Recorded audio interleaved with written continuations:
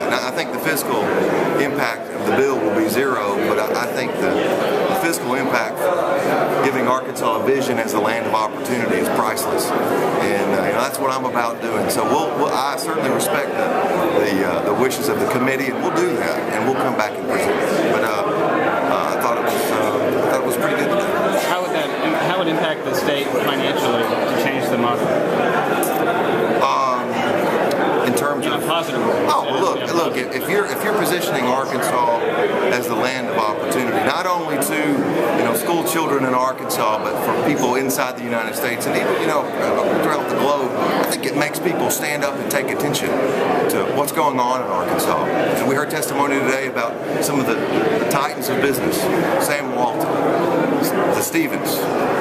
We heard mention of political leaders, Huckabee, Clinton. I would even point out our own governor, has a pretty compelling story that embraces sort of the land of opportunity. I think that message being out there is a positive one for the state of Arkansas. It's what I campaigned on. I campaigned on making Arkansas a land of opportunity, and that's both figuratively and literally. And I think that's really what we should do as lawmakers. You mentioned several people had said they're going to try to kill your bill. Yeah. Do you think there's a campaign to kill your bill, and why do you think that is? Well, look. Anytime one proposes change. Look, you're the pros. You know this.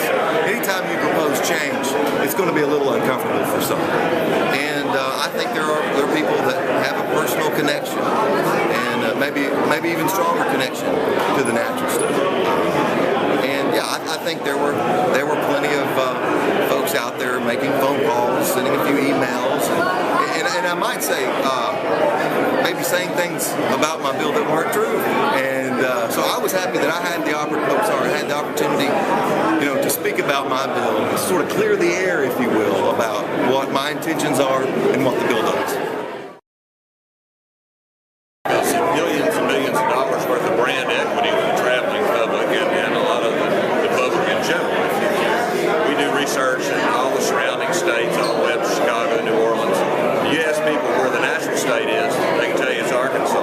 States that have changed their slogan, every few years, they don't know that. And so our position is, why dilute it? Why have two slogans or change back to the land of opportunity?